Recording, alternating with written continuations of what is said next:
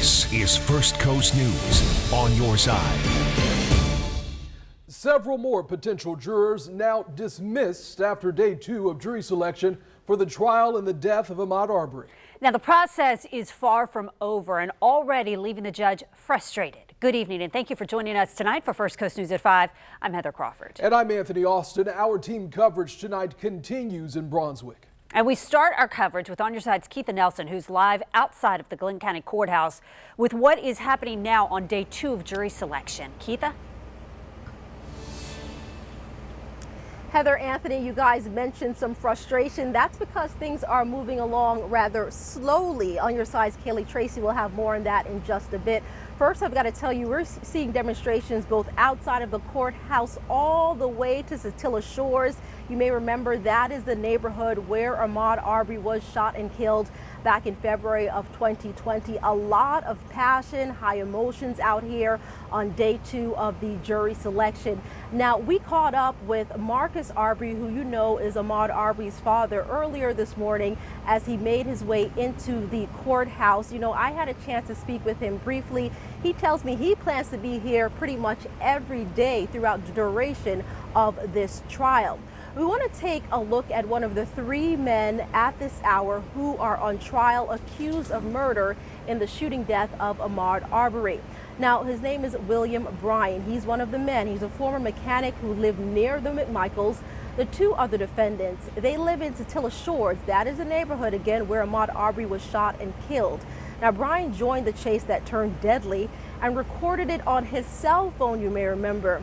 He also said that Travis McMichael used a racial slur while standing over Arbery's body. We want to turn now to On Your Side's Kaylee Tracy. She is standing by in front of the Glenn County Courthouse. She has some details on exactly what happened inside of the courthouse throughout the day as day 2 of the jury selection process continues. Well, Keitha, you mentioned the slow pace that this is going, this jury selection process, and the judge frustrated in court today, telling both sides that they need to speed things along. Several jurors were dismissed today, one admitting that they already formed a guilty opinion about the defendants, another because he says he participated in a racial justice demonstration. This is in addition to the 12 dismissed yesterday. A third group of 20 potential jurors was summoned to the courthouse at 1 p.m. today, but the judge told them to come back tomorrow due to the slow process. This now pushes the process back. The court saying at this rate, jury selection could last longer than 2 weeks. That 2 weeks that was initially predicted. Ahmaud Arbery's aunt says she's confident they'll be able to seat an impartial jury. They're gonna find him because this judge, I believe he's fair. I believe he's gonna get this did. We're going to get justice for Ahmaud, and you watch and see what kind of joy that's going to bring in our life, because that's all we want is justice for Ahmaud. Amen. Now, interesting to note, the judge specifically told both sides today in court he doesn't, quote, have the ability to just store people or keep them longer than planned. He said, quote, I am not comfortable with this. We'll be sure to keep you updated on air and online, but for now, reporting live in Brunswick, Kaylee Tracy, First Coast News, On Your Side. Thanks for that, Kaylee. You heard there clearly the judge is getting frustrated in this case. Again, we are told the jury selection process, initially thought to take 2 weeks, could now be extended past that 2 weeks. And also in question right now is that November 19th end date to the trial. We're simply going to have to wait and see. But again, you can count on us here to First Coast News to be here throughout the duration of this trial. You can always get the latest, of course, both on air and online using that First Coast News app. For now, live in Brunswick, Keitha Nelson, First Coast News, On Your Side. Keitha and Kaylee, thank you. And coming up at 5:30, attorney and First Coast News legal analyst Latoya Williams-Shelton will be live in studio answering questions about the jury selection process and what's next for the trial. And our coverage continues on our website, firstcoastnews.com, and also on the First Coast News app. We will be streaming the entire trial from gavel to gavel and wrapping up what happens at the end of each day. Questions about the future of Jacksonville's Safer Together committee hang in the air tonight after the vice chair, Councilmember Michael Boylan, turned in his resignation. Today, more than 24 local organizations are calling for the committee to continue. On Your Side's Atia Collins spoke with all of the key players and has this report for us. The decision for me to step down was not an easy one. City Council member Michael Boylan said the goal of the Jacksonville Safer Together Committee, which is to foster dialogue between the community and the Jacksonville Sheriff's Office, was compromised at the last workshop. Not appreciate some of the comments and accusations that were made at that meeting, and just didn't feel I wanted to be party to this process anymore. Boylan said in his letter disparaging assertions and unwarranted accusations were made at the last meeting. Ben Frazier of the Northside Coalition, who spoke at the last meeting, called the resignation unfortunate. He said his organization, along with 24 more, have sent a letter to City Council President asking for the committee to continue. We're asking someone on that council to stand up with the integrity and the courage that Joyce Morgan has to work to resolve the challenges and the issues confronting this community. Councilmember Boylan believes the committee should take a break and reconvene at a later date with more players at the table. Committee President Joyce Morgan says she is still dedicated to the goal of fostering better community relations. I'm not for ending it because tough conversations were had. They are needed in this community with all of the issues that we're dealing with. We need the tough conversations. Ultimately, Jacksonville City Council will decide what happens next. Reporting Atia Collins, First Coast News, On Your Side. We're following some breaking news at this hour. A semi-truck has overturned. This is on I-95. You're taking a look at the scene right there, a live look at the area near the Airport Road exit. As you can see right now, several lanes there are shut down. Traffic heading south has come to a complete stop. So again, you want to find a different route home tonight. We do have an update tonight on the kidnapping of American missionaries in Haiti. The gang responsible now demanding $17 million in ransom. That's according to reporting by the Wall Street Journal. Haitian officials say 5 of the 17 hostages are children, the youngest just 8 months old. The 16 of the 17 missionaries are Americans, and White House leaders say the FBI is involved in getting the Americans back to safety. Now, the usually chaotic streets of Haiti's capital now quiet and largely empty. Thousands of workers angry about the nation's lack of security are on strike in protest after the kidnapping. A Haitian nonprofit group has recorded nearly 630 kidnappings in the country since January. There was a 300% increase in kidnappings last month compared to July, and kidnappings are not the only concern right now in Haiti. Doctors are being forced to negotiate with gangs to get medical supplies like oxygen to hospitals. A U.S. Navy report says commanders and crewmen failed in their duties on board the USS Bonhomme Richard. One sailor has been charged with arson for setting a fire on board that ship in July of last year. But the Navy says the fire that lasted 5 days was preventable and unacceptable. At least 20 people were hurt in an explosion and fire. No one was killed. The Navy report said that there were lapses in everything from training to coordination to communication. The White House's handling of the Afghanistan withdrawal now under investigation. The State Department's Inspector General made that announcement in a letter to the Senate and congressional committees. She says the probes will focus on visa and resettlement programs for Afghan refugees. Also under investigation, the emergency evacuation of the U.S. Embassy in Kabul. Hours after Colin Powell's death became public, social media turned into a shouting match. Some social media posts claiming that Powell's death from complications caused by COVID-19 means that vaccines against the virus are ineffective. But Powell had a blood cancer that experts say undermines the efficacy of the vaccine. And now the medical community is pushing back on the potential misinformation. On Your Side's Ken Amaro spoke with a healthcare provider about this issue. General Colin Powell lived his life as an ideologue. But in death, he has now become a part of the COVID-19 vaccine debate. I think that there's going to be those individuals who, sow a lot of misinformation and disinformation who are going to grab onto this and they're going to use this as a marketing tool, which is tragic. Dr. Sharek Patel is Assistant Chief Medical Officer at UF Health Jacksonville, an advocate for the COVID-19 vaccine. I know what happens if you get vaccinated. Your chance of catching COVID is reduced significantly. Powell was fully vaccinated but died of COVID-19 complications. His cancer compromised his immune system.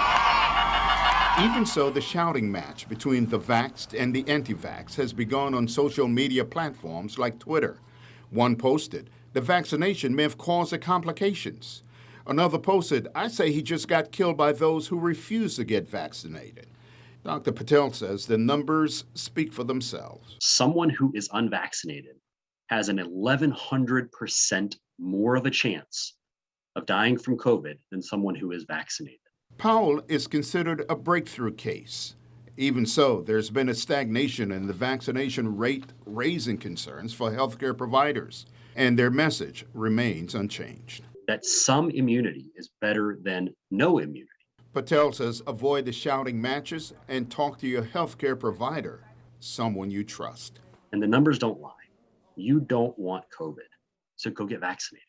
Canamero, First Coast News, on your side. And you may soon be able to mix and match your COVID-19 booster shot. The FDA is expected to approve the ability of you to get a booster from a different vaccine maker than your original dose. That's according to reporting from the New York Times. This comes after a study from the National Institute of Health showed that the mix and match was safe and effective. The FDA has not recommended one shot over another, but has noted that using the same vaccine for a booster when possible is preferable. Now, so far, only the Pfizer booster shot has been fully approved for use. Both the Moderna and the Johnson & Johnson booster shots, those are still being considered right now. If the FDA and the CDC agree, everyone who got J&J will be eligible for another shot 2 months after the first dose. It's a lot different than the booster plans for Pfizer and Moderna. Both of those are 6 months after your last dose, with fewer people eligible. Only people 65 and older, younger adults at higher risk, and people who have more exposure through their jobs. Moderna's booster is a half dose instead of a full dose. And so next up for the Moderna and the J&J booster shots is approval by an advisory committee to the CDC. That meeting is scheduled to happen this Thursday. The decision will then go to the director of the CDC for final approval. That could happen by the end of this week, so we'll keep you posted. A Thanksgiving tradition lives on. The Neptune Beach City Council approved the return of the Pete's Bar Thanksgiving Day event this year. The annual celebration was canceled last year due to the pandemic. The party draws in thousands of people every year, and as always, it will take place on Thanksgiving Day. Coming up, Jacksonville asking you to drop off your recycling, but there is one thing that you should not bring with you. What doesn't belong? Straight ahead. Duval County public school teachers and staff will now be paid for getting vaccinated against COVID-19. The school board approving the vaccine incentive at a special meeting that took place this morning. Now, this is the second time the board has voted on this incentive. The first vote earlier this month resulted in a deadlock. So unionized school district staff will be eligible. The one-time bonus is $200. The deadline to be fully vaccinated and receive that incentive is December the 10th. Unionized staff who have an approved exemption, they're also eligible to receive the money. A new warning tonight for parents and for caregivers. Several medical agencies have declared a national state of emergency for children's mental health. A joint statement from several groups, including the American Academy of Pediatrics, says COVID-19 has only heightened the mental health challenges facing our children today. Mental health ER visits, they jumped more than 30% for kids between the ages of 12 to 17. More than 140,000 children have lost a caregiver during this pandemic. The city of Jacksonville is asking you to keep your recyclables loose when you drop them off. The city says that large plastic bags like garbage bags are not recyclable and they will jam up machines at the recycling center. So they're asking that you keep your recyclables in paper bags or cardboard boxes. All right, Florida Georgia weekend is coming up. We're going to have the latest for you and new restrictions imposed by the city of Jacksonville in just a minute. And we're sitting down with the moderator of NBC's Meet the Press, how NBC and Chuck Todd are putting Jacksonville in the political spotlight for the next year. New at 5, Jacksonville is being thrust into the political spotlight over the next year. On your sides, Katie Jeffries spoke with NBC's Chuck Todd on how Duval County could really play a big role in America's balance of power. Duval County is about to take center stage. It is one of several counties nationwide that will be the focus of NBC's political coverage over the next year. A swing county that could decide the fate of several races. Here to talk more about that is Chuck Todd, the moderator of NBC's Meet the Press. Hey, Chuck. How you doing? Good. So the natural question here, why Duval County? Of course, we love Jacksonville, but that's because it's our home. So why do you think we are a county to watch when it comes to the national stage? Well, you know, it's interesting. The way we're doing this, and it is the reason we look at this from a county level perspective is in many ways our self-sorting. You know, it used to be when we grew up, Democrats and Republicans lived next door to each other. And so there were a lot of counties that were like Duval. There were a lot of counties that sort of were very closely contested. There's very few of them now. And we did need, I would argue, we needed one truly swing county to put in here. And what's interesting to me about Duval is that Duval is very similar. In 2020, Maricopa County, Arizona, was the swingingest county we had in our county-to-county electorate, and the Jacksonville area is very similar. Like Phoenix, it's a sprawling metropolis versus, you know, specific urban area versus a suburban area and things like that. And given that it's in the state of Florida, it is now the largest swing county in the state of Florida, right? Each county sort of has a red-blue tint to it these days, really except Duval. It is the one that we will go into Election Day going, we'll see what happens. We don't know whether it's going to go red or blue. And we've been watching this phenomenon in Jacksonville. You've seen it in your mayor's races, are more closely contested each time. More money gets tossed into it. I couldn't believe the amount of money already been raised for a race that's going to be in 23, let alone 22. So I just think it's going to be a good place for us to check in to see how's national politics playing in suburban America. And I just think Duval in many ways is emblematic of America's middle-class suburbs. A fascinating place to be right here in Duval County. We will be watching closely to see what unfolds. And NBC's week-long series, including Duval County, begins October 26th on Today and NBC Nightly News. Then it will continue until next year's elections. And of course, you can catch Chuck Todd on Meet the Press Sundays at 9 a.m. right here on NBC 12.